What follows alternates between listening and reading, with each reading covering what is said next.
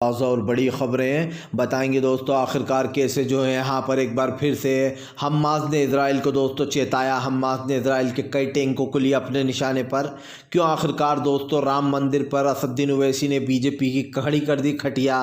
कैसे जो है यहाँ पर राहुल गांधी को मंदिर जाने से रोकना बीजेपी को बड़ा पड़ा भारी। पूरी मीडिया में राहुल गांधी को एक तरीके से बताया गया बाहर विदेशों में।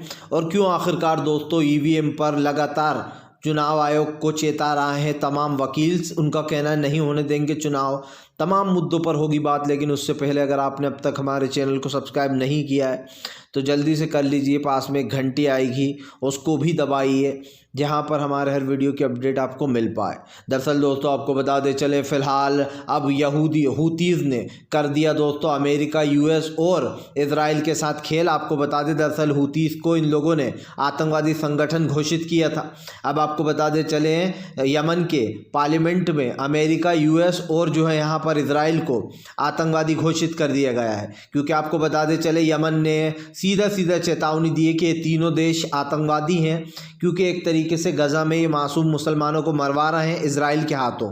आपको बता दें चले यमन के हूतीज़ ने अमेरिका, यूएस और इजराइल को आतंकवादी घोषित कर दिया अपनी पार्लियामेंट में। कहा ये तीनों देश आतंकवादी हैं क्योंकि इन्होंने गजा में मुसलमानों का नरसंहार किया और लगातार वहाँ पर मौतें हो रही हैं। आपको बता दें चले दोस्तों राहुल गांधी को मंदिर जाकर रोकना पड़ गया बीजेपी को भारी। राहुल गांधी के सपोर्ट में विदेशी मीडिया भी। दरअसल आपको बता दें चले दोस्तों कल राहुल गांधी असम के मंदिर जाने वाले थे, लेकिन प्रधानमंत्री ने बड़ी ही चालाकी से पत्ता काट दिया। अब आप सोच रहे होंगे कि प्रधानमंत्री ने राहुल गांधी को अचानक मंदिर जाने से क्यों रुकवा दिया असम सरकार से। पहले तो असम सरकार ने वो दे दी थी इजाज़त कि राहुल गांधी मंदिर जा सकते हैं, लेकिन दोस्तों प्रधानमंत्री नरेंद्र मोदी यानी कि दोस्तों जब प्रधानमंत्री का कॉल गया असम सरकार के पास तो राहुल गांधी को मंदिर जाने से रोका। क्योंकि जाहिर सी बात है प्रधानमंत्री ने सोचा इधर मैं इतनी मेहनत कर रहा हूँ, राम मंदिर में अपनी वाहवाही करवा रहा हूँ, उधर राहुल गांधी को भी बताएंगे मीडिया पर। इसलिए दोस्तों बड़ी ही चालाकी से जो है यहाँ पर राहुल गांधी को मंदिर नहीं जाने दिया ताकि प्रधानमंत्री का वीडियो हर जगह दिखे। हर जगह कल यही चल रहा था, राम मंदिर प्रधानमंत्री, राम मंदिर प्रधानमंत्री। और इसीलिए राहुल गांधी को मंदिर जाने से रुकवा दिया ताकि राहुल गांधी मीडिया पर, सोशल मीडिया पर न छाएं कि देखो राहुल गांधी मंदिर गए हैं। इसीलिए ये सब कुछ किया गया और इस पर बड़ा खुलासा भी कर दिया है और बीजेपी अब बुरी तरीके से फंस गई है। आपको बता दें चले दोस्तों फिलहाल हमास ने लिया इजराइल के टैंकों को अपने निशाने पर। हमास ने इजराइल के कई टैंकों को उड़ाया। दरअसल आपको बता दें चले हमास इजराइल की इस जंग में दोस्तों हमास को भारी कीमत चुकाना पड़ रही है। एक बार फिर से आपको बता दें चले दोस्तों इजराइल के कई टैंकों को अपने निशाने पर ले लिया है हमास ने कई टैंकों को अपने निशाने पर लेते हुए दोस्तों टैंकों को उड़ा दिया है। यही कारण है जो हमास इजराइल की इस जंग में दोस्तों नया मोड़ भी आ गया है। आपको बताते चलें अब तक दोस्तों हमास इजराइल के ऊपर 2 गुना स्पीड से भारी पड़ रहा है। यही कारण है जो हमास के इन हमलों से दोस्तों इजराइल पूरी तरीके से दहल गया है। आपको बताते चले दोस्तों राम मंदिर की प्राण प्रतिष्ठा पर भड़के असदुद्दीन ओवैसी ने बीजेपी को जमकर लपेटा। दरअसल आपको बताते चले दोस्तों कल रामलला की प्राण प्रतिष्ठा थी, लेकिन उधर दूसरी तरफ आपको बताते चले दोस्तों असदुद्दीन ओवैसी ने बताया कि कैसे 500 साल तक मुसलमानों ने उस मस्जिद में, बाबरी मस्जिद में नमाज़ पढ़ी। उन्होंने कहा कि जो पहले जज थे जब कंप्यूटर नहीं हुआ करता था तब से ये केस चला आ रहा था। उन्होंने कहा कि जब कंप्यूटर नहीं था और जब इस चीज़ को मस्जिद को ध्वस्त किया गया और जब ये केस पहुंचा तो उस जज ने ये कहकर फैसला दे दिया कि मेरी दीवार पर और ख़ास करके ऑफिस की दीवार पर 2 दिन से एक बंदर बैठ रहा है, इसलिए मैं ये फैसला देता हूँ कि यहाँ पर मंदिर बनेगा। इस तरीके का कुछ जजमेंट था जो पहले के थे। तो उन्होंने कहा कि ये जजमेंट कहीं से सही ही नहीं था। उसके बाद ये केस बहुत लंबा चला। जिन लोगों ने इस मस्जिद को ध्वस्त किया था दोस्तों उन लोगों ने मस्जिद में जाकर ये कहा संघ परिवार ने कि अब हम मस्जिद को हाथ भी नहीं लगाएंगे। उसके बाद जब दोस्तों कोर्ट ने फैसला देने शुरू किए कि अरे यहाँ पर तो मंदिर था 500 साल पहले या फिर जो भी था वहाँ पर, ओवैसी ने कहा कि जो मूर्तियाँ रख दी गई थी किसी और के घर में जाकर मूर्ति रख दो तो घर उसका नहीं हो जाता।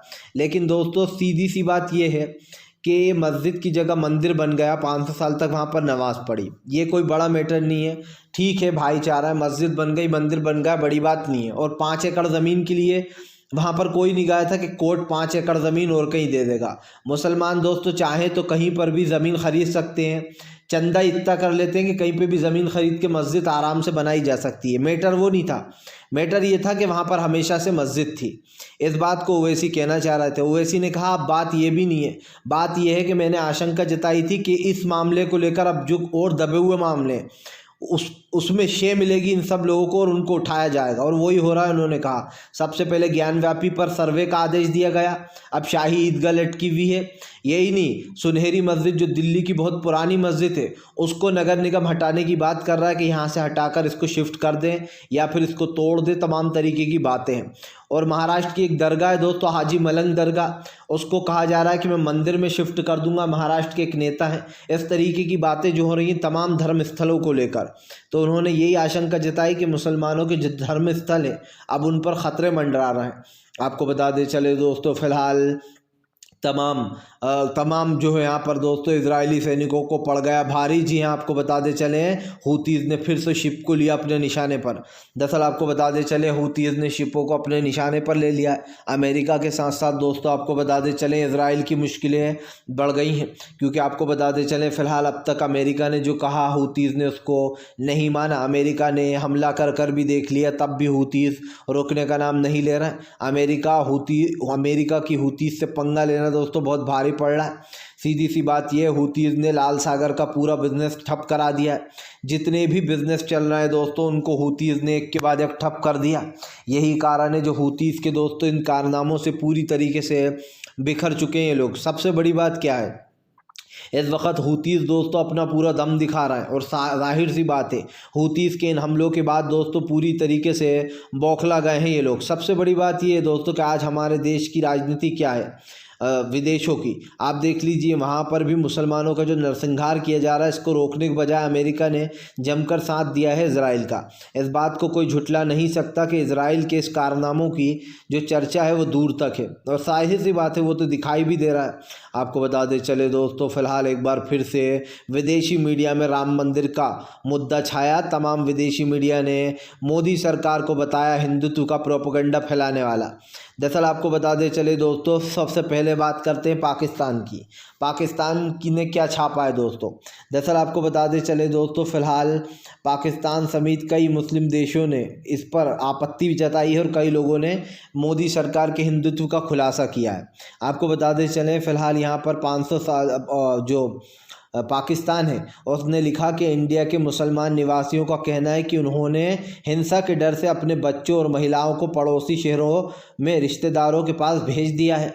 6 दिसंबर 1992 को एक भीड़ ने अयोध्या में 16वीं शादी पर बाबरी मस्जिद को दावा करते हुए दहा दिया था कि यहाँ पर एक मंदिर हुआ करता था 500 साल पहले, प्राचीन मंदिर हुआ करता था इस स्थान पर।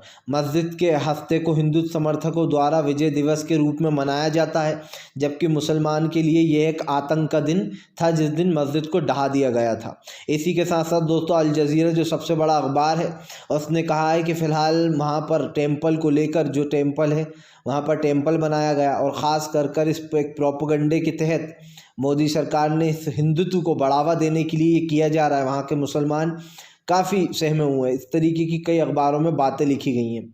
हालांकि दोस्तों हम तो यही कहते हैं कि जो भी होता है अच्छे के लिए होता है, जो भी ऊपर वाले ने करा है दोस्तों सही करा है। लेकिन यहाँ पर एक चीज़ ये ध्यान रखना चाहिए कि हमें हमेशा शांति बनाकर रखना। ये हम लोगों का देश है, हम सबका देश है। जितने भी हिंदू, मुसलमान, सिख, ईसाई सब लोग रहते हैं ना, ये सबका देश है।